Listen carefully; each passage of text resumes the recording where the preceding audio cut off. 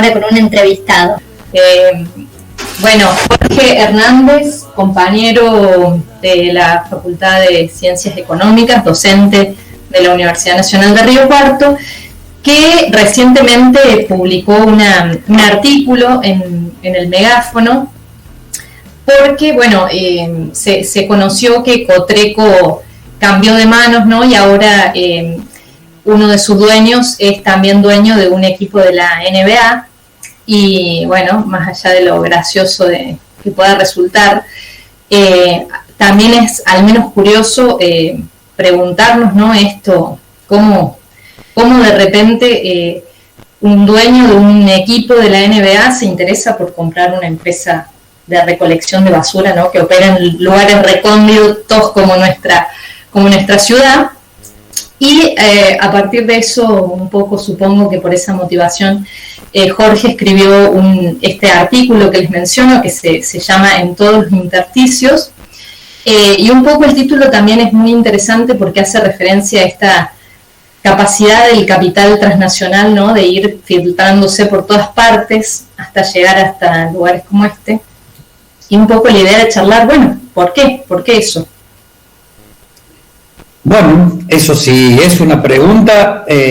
Puedo comenzar por el principio, porque me parece que llega esto a suceder. La primera cuestión es que la referencia que se hace al propietario en una persona, el nuevo propietario de Cotreco, ¿no es cierto? Hay una mediación entre una ingeniería financiera que lo pone como creador, pone una persona como creador del fondo, que es el verdadero propietario de Cotreco, y que coincidentemente el creador de ese fondo probablemente sea la persona que más influye en las decisiones de gestión de ese fondo. Tiene también como parte de sus activos, de sus propiedades, un club de básquet de la NBA, bastante conocida, ¿no? La liga de básquet más, la principal liga de básquet de los Estados Unidos, y probablemente la principal también en el mundo, ¿no? De donde salen los jugadores que ganan casi todos los campeonatos del mundo y casi todos los Juegos Olímpicos. Y que además tienen en estos tiempos de extranjerización y fundamentalmente de financiarización la posibilidad de comprar los mejores jugadores del mundo, ¿no? O sea que su propio torneo es mucho más lucido que un campeonato mundial, porque en los mismos equipos juegan los que juegan en el que sale campeón mundial, sí, pero también los mejores de cada uno de los lugares. Esta es una característica que la financiarización le ha puesto a casi todos los deportes, lamentablemente, ¿no? A mí me gusta el fútbol y ver lo que está sucediendo con el fútbol es un poco penoso. Me estoy corriendo, ya voy a ir Estamos de la basura, pasamos por los deportes. Es que todo tiene que ver con todo, ¿no? Y ahí es, también en esos intersticios, en el deporte, ¿sí? En el deporte muy profesional, pero también cada vez más en las esferas más subalternas de los deportes, ¿no? Las categorías más bajas, y también los torneos que pudieran ser menos importantes en términos de audiencia, ¿sí? aún de calidad deportiva, están siendo atravesados por el capital financiero también, ¿no? Uno ve lo que son las privatizaciones de las transmisiones de los partidos. Una expresidenta dijo que se habían los medios, sí, y los medios como expresión del capital financiero habían secuestrado la pelota.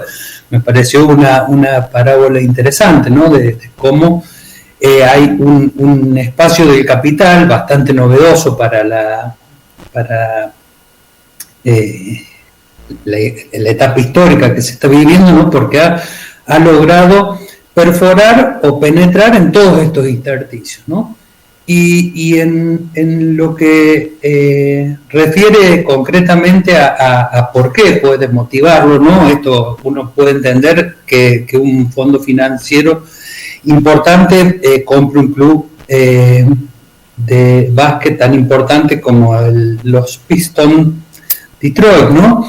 Creo que ha ganado un montón de campeonatos, ¿sí? Algo parecido a Boca Juniors, que ya es hablar de cosas grandes, ¿no? ¿Por qué le puede interesar recolectar la basura en Río Cuarto? Esto es porque en general el capital financiero tiene una lógica que es muy diferente a la que ha primado en el mundo capitalista en los estadios previos, donde el principal elemento o el sector más dinámico de la acumulación era la industria, y para generar un proceso de acumulación en la industria había que generar trabajo, había que generar desarrollo económico, ¿no? Hoy el capital financiero apuesta a generar rentas muy rápidas y lo más grande que se puedan, ¿no es cierto? Entonces ahí tienen la posibilidad de acceder a lo que los economistas denominamos, o tienen como pieza apetecible lo que los economistas denominamos monopolios naturales, esto es, estructuras de mercado que por determinadas características no permiten que haya muchas empresas compitiendo entre sí. Pensemos. Ahora, respecto de esto, ¿no? Porque en el caso de los monopolios naturales lo hemos charlado también con el transporte urbano, ¿no? Que son como los clásicos ejemplos, ¿no? El problema, pareciera en principio que el problema está en que se trata de un monopolio, ¿no? Y que distribuir ese monopolio en 2 o 3 empresas solucionaría el problema, cuando en realidad el monopolio natural tiene que ver justamente con el tamaño del mercado y a mi criterio, por eso me gustaría que lo charláramos con vos, una ciudad como Río Cuarto amerita que haya un monopolio natural en el transporte o en la recolección de basura, entendiendo que no necesariamente eso tenga que significar que las cosas sigan como están, ¿no? Eso es otra discusión. Sí, sí. Hay servicios que todavía están más sujetos a las condiciones que definen, ¿no? El monopolio natural. Uno piensa el servicio de la red de agua y saneamiento, ¿sí? Los servicios que presta la EMO. Es muy difícil generar empresas competitivas. Aquí en el espacio de la gestión de los residuos puede haber en este modelo tecnológico que termina en una disposición final, en un enterramiento, ¿sí? Claro, un enterramiento sería en esa parte, en la de la disposición final, en este modelo de gestión de los residuos sólidos, con muy poco reciclado, ¿sí? casi ningún reciclado, ¿no? Y destino final al enterramiento. La gestión de un enterramiento difícilmente sea más eficiente si se fracciona, ¿no? en enterramientos más pequeños, ¿no? Y ahí es donde el modelo de gestión, termina haciendo que el monopolio sea la forma natural más eficiente, ¿sí? Pero aún en términos de la definición la decisión de gestionar monopólicamente una actividad no necesariamente genera o tiene que generar perjuicios sociales por la existencia de un monopolio, ¿no? Ahí la economía y fundamentalmente la política económica, en tiempos donde estas cosas eran menos evitables, pensemos, ¿no? Las tecnologías que se gestionaban para los teléfonos antes de que apareciera la telefonía celular, ¿no? Que requerían una infraestructura muy importante que subdividirla, ¿sí? en pequeños espacios, inclusive hasta ahora, ¿no?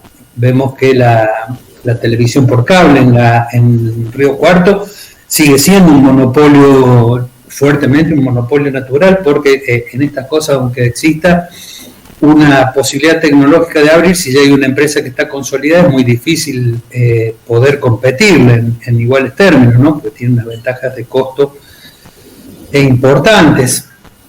Y digo, aunque la posibilidad, la mejor solución tecnológica, y coincido con Marianela, probablemente la que se está haciendo no sea la mejor, No es la única seguro ni probablemente la mejor, pero si esta es la que se define, puede haber regulaciones que hace que las pérdidas de bienestar que generan los monopolios no sean tan importantes, ¿sí?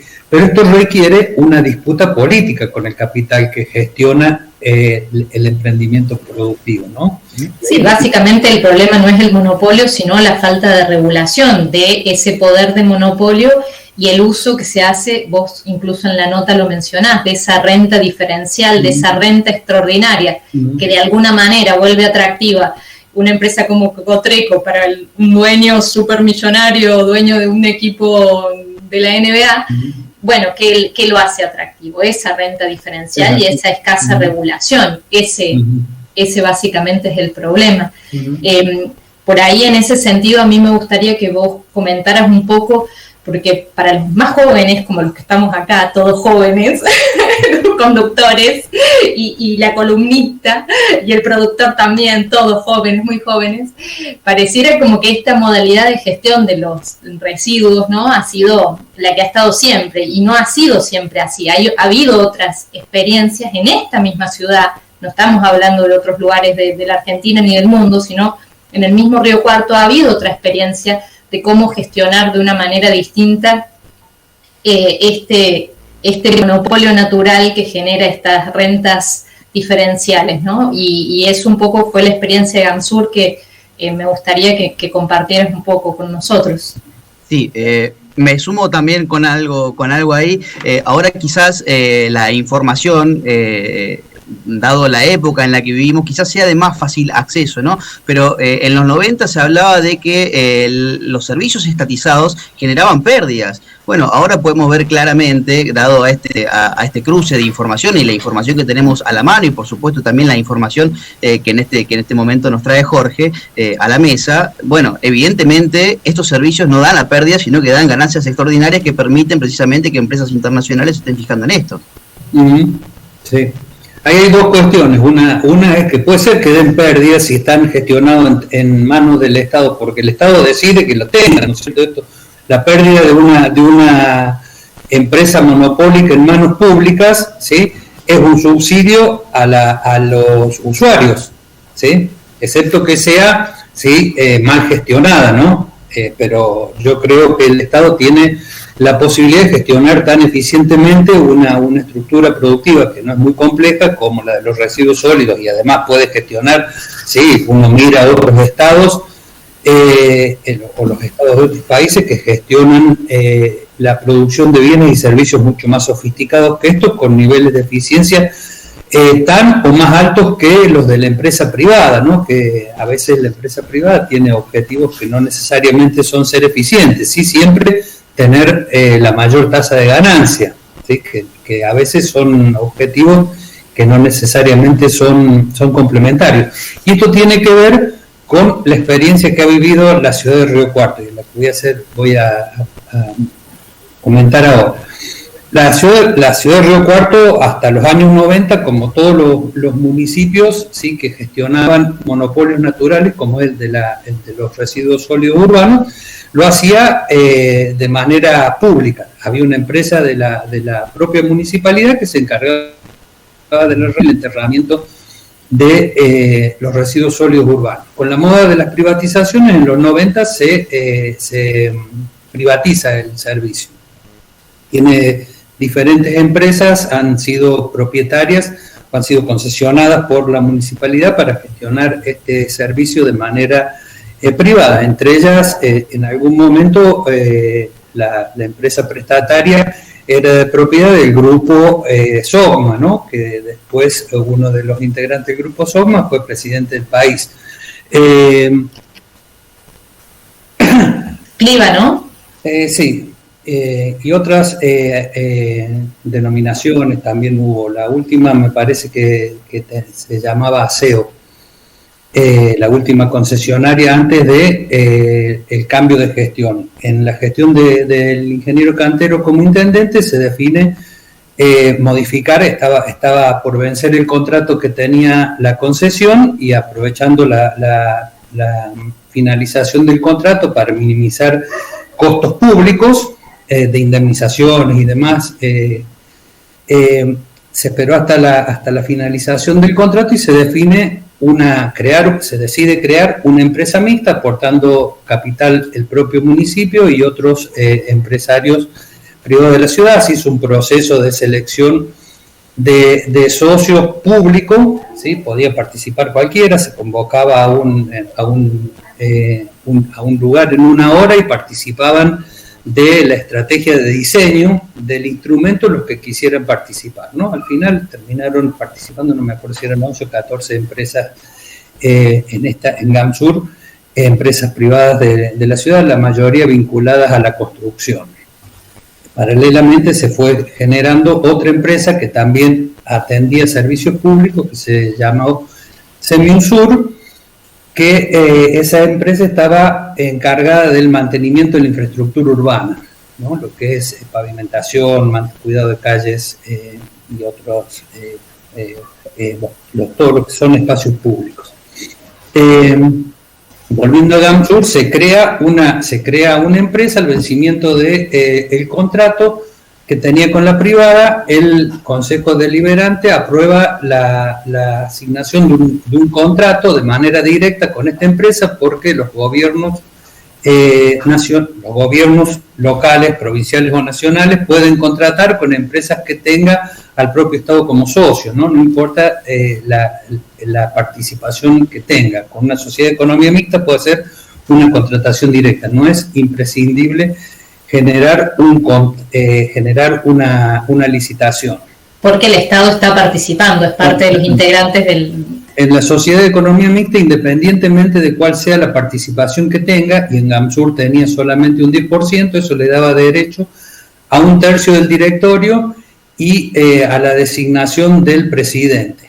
Y el presidente de una sociedad de economía mixta tiene derecho a veto de las decisiones, aún de las decisiones mayoritarias del directorio, ¿no? O sea que el Estado con un 10% de participación tenía prácticamente una suerte de control sobre la empresa.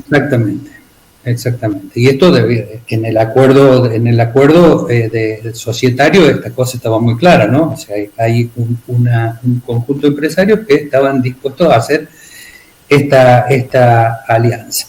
Se fija en términos de transparencia, se fija el mismo precio, digamos, que se le estaba pagando a la empresa anterior. Como los empresarios privados, por supuesto, siempre tienen la voluntad de ganar más, proponen una forma de actualización del contrato que no fue aprobada por el Consejo Deliberante de ese momento, a instancias del Ejecutivo encabezado por el ingeniero Cantero, que era la propuesta era que se definiera una estructura de costos y una tasa de ganancia, y cuando los costos van aumentando, se va aumentando el canon, ¿sí? O sea que la inflación o la ineficiencia, ¿sí?, llevaba a que el capital privado ganara más, ¿sí? Si se ponía una persona, aunque no fuera necesaria, y se reconocía como un incremento de costos, proporcionalmente se incrementaba la ganancia, ¿sí? O sea, esto sería, si la empresa muestra que mis costos son crecientes, el municipio me tiene que dar más plata. Exactamente. Y eso es, claro, el municipio genera ineficiencia. Es una forma de regular. El contrato con la gestión Cantero fue, este es el precio, nosotros queremos que a ustedes les vaya bien, ¿sí? Lo que tenemos que hacer es ser más eficientes que la empresa privada, no aumentar los precios, sino reducir los costos, ¿sí? Una discusión parecida es la que pasa actualmente ahora con el sistema de transporte público urbano. ¿Cómo? Perdón, Que una discusión similar a la que estamos atravesando ahora, quizás un poco más actual, es la que sucede con el transporte público urbano. Exactamente. Pero quiero terminar un poco la historia porque pasaron cosas, como dijo algún presidente, también vinculado a esto, casualmente. El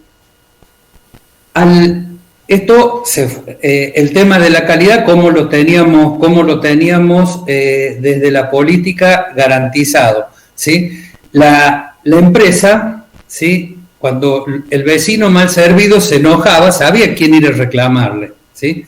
No solo a la municipalidad, sino probablemente también a algún socio privado al que tenía próximo, ¿sí? Porque eran muy visibles, se hizo así, las personas en la ciudad de Río Cuarto 20 años atrás se conocían tal vez un poco más que hoy, ¿no? Era una apuesta colectiva, pública, privada y social que tenía estas condiciones. Lo mismo, de cualquier manera, a instancias de los acuerdos que se fueron logrando, instancias de la política pública, se impulsó la certificación de calidad. Sí, así se consiguió certificar calidad de la norma ISO, no recuerdo qué número, pero que estaba vinculada a la gestión de los recursos sólidos urbanos. Venía funcionando así la empresa, hay un cambio de gobierno, la sociedad riocuartense elige un modo de desarrollo diferente. Bueno, esto estaba vinculado, ¿no es cierto?, a la gestión de el diseño de las empresas, de la empresa de la sociedad de economía mixta no estaba necesariamente o únicamente, ¿sí?, destinada a socializar parte de la renta diferencial o la ganancia extraordinaria de la empresa, que sí lo era, sino también, ¿sí?, a través de su función de producción, ir intensificando la producción local, comprar insumos en la ciudad. Se intentó que los industriales metalúrgicos se asociaran y fueran capaces de construir las carrocerías que tenía en ese momento la Argentina, solamente 2 fábricas que hacían este tipo de carrozados para compactadoras de recolección de residuos urbanos, ¿no? Ahí había otro nicho de negocio que se podía estar generando, ¿no? Además de toda la otra, un poco de menor escala, ¿no? La ropa, el material de limpieza. Sí, potenciar el desarrollo local, ¿no? Que ese excedente que se genera de la actividad se vuelva a volcar en trabajo para la misma ciudad y no termine financiando un equipo de la NBA, que ningún beneficio le reporta a la ciudad ni en términos de desarrollo ni de trabajo. Ya, bueno, quería, por ahí, si los chicos tienen alguna pregunta, estamos un poco sobre el tiempo, me parece que da para mucho, y también para reflexionar sobre algo que también charlamos en las columnas, ¿no? Esta imposibilidad pareciera de los sistemas políticos de continuar experiencias que son muy válidas solo por el hecho de que provienen de un color político diferente, ¿no? Me parece que esto de no poder también como ciudadanos, ¿no? Y como votantes, poder apostar a que haya un horizonte compartido, más allá de las diferencias que pueden haber, ¿no? O que obviamente las hay entre las distintas expresiones de los partidos políticos, pero me parece esto, ¿no? De no poder reconocer un proyecto que genera trabajo, que genera desarrollo y que vuelca ese excedente del que hablamos, ¿no? Recién, estas rentas extraordinarias, poder volcarlas en más desarrollo y más trabajo para la ciudad, es para seguir pensando y seguir intentando solucionar estas diferencias. Sí, yo creo que aquí hay, en la historia esta, ¿no? Claramente la puesta en valor en términos democráticos de 2 modelos de desarrollo muy definidos. Nadie podía esperar, ¿sí?, de los votantes del gobierno que suceda el del ingeniero Cantero, que iba a hacer algo diferente a lo que hizo, porque era lo que había hecho antes, ¿no es cierto? Y la sociedad votó esa opción. Casi hubo casi un empate técnico, ¿no? La diferencia fue muy mínima, pero legítimamente gana otro espacio que gestiona en favor de otros intereses. No solamente, esto también quiero decirlo, el contrato, la gestión del ingeniero Cantero esperó que se venciera el contrato para generar una acción diferente. El gobierno que lo sucede modifica el contrato, ¿sí? Modifica el contrato en principio para instalar el modo de fijación de la tarifa que querían los empresarios privados. ¿sí? Y de ahí uno mira la historia y ve, ¿sí?, que de 100 y pocos empleados pasó a casi 200 GAMSUR, ¿sí? ¿Por qué? Porque la ciudad, ¿sí?, le reconocía los mayores costos, ¿sí? Se puede hacer una historia un poco más detallada y fijarse quiénes gestionaron, ¿sí?, quiénes gestionaron la empresa, quiénes son los que ingresaron a la empresa sumando personal, ¿no es cierto? Eso da más como es material para los que hacen teoría política, ¿no? Porque me parece, bueno, ahí que se van jugando, se van analizando cómo los instrumentos del Estado son cooptados para poner a disposición de determinados proyectos políticos y de determinados grupos de personas, ¿no? Y cómo las sociedades los van legitimando.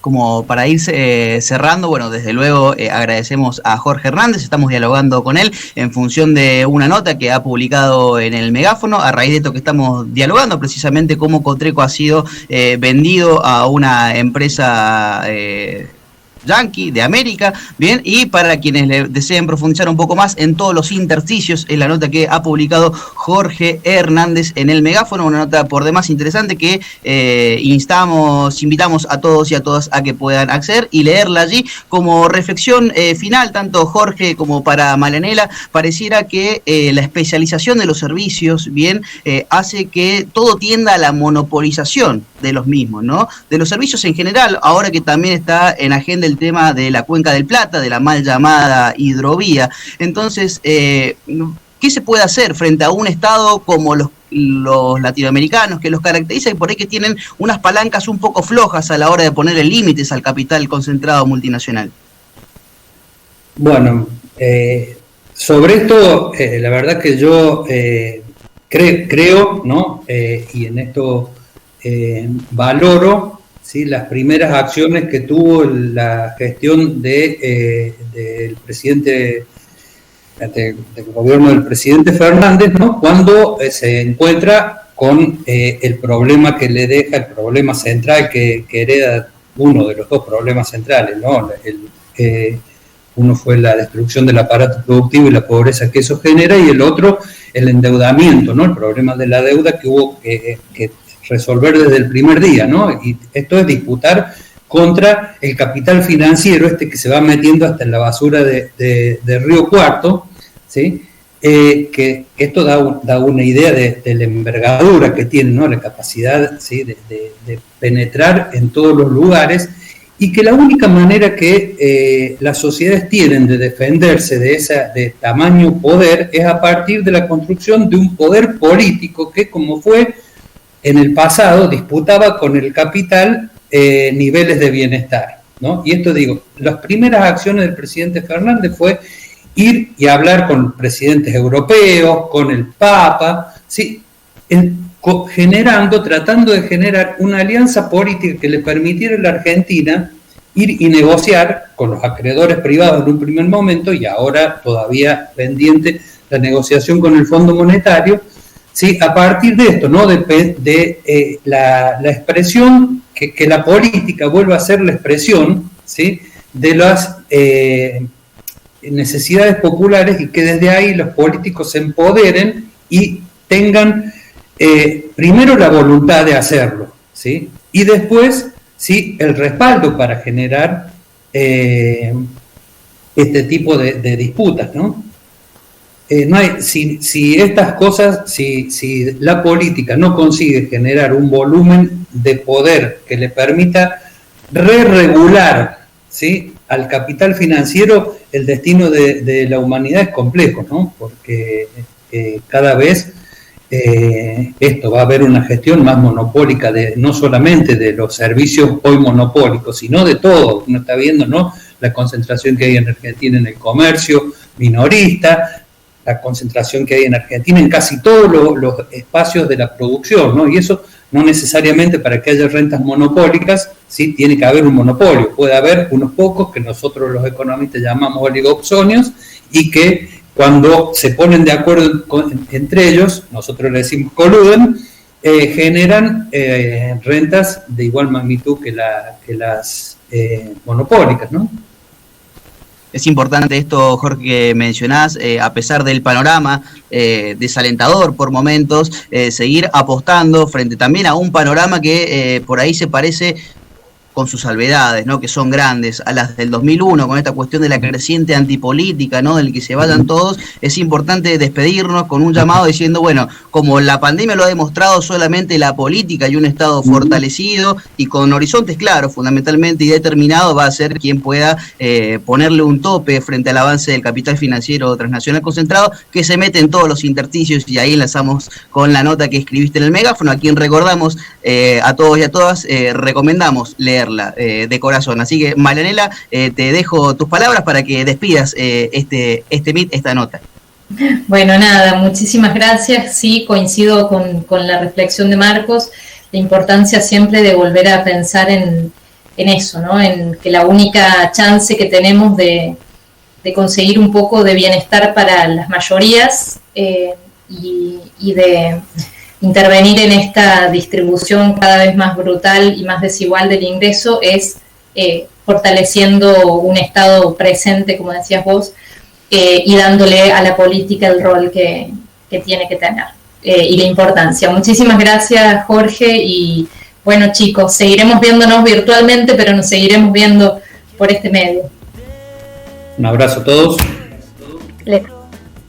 Así será, Jorge, te mandamos un gran saludo. Nos vemos, muchas gracias. Y gracias, Marianela, será hasta el miércoles que viene. Me haces bien. Basta ver el reflejo de tus ojos en los míos. Pasó por el aire de GPS de Noticias nuestra columnista de los días miércoles, Marianela Gómez, nuestra economista de confianza. Hoy estuvimos acompañados por Jorge Hernández, también economista y docente de la Universidad Nacional de Río Cuarto. El disparador de nuestra charla es que la empresa Cotreco ha pasado a ser propiedad de un fondo de inversión con sede en Los Ángeles, California, Estados Unidos, cuyo creador es propietario de un equipo de la NBA. Con ellos dialogamos acerca de lo que eso significa, la historia del servicio de recolección de residuos en la ciudad, en manos de quién están los monopolios naturales, como lo es justamente el servicio de recolección de basura, y el futuro de los servicios públicos, entre otras cosas. Dialogamos con Marianela Gómez y Jorge Hernández, economistas de la Universidad Nacional de Río Cuarto. Me haces bien.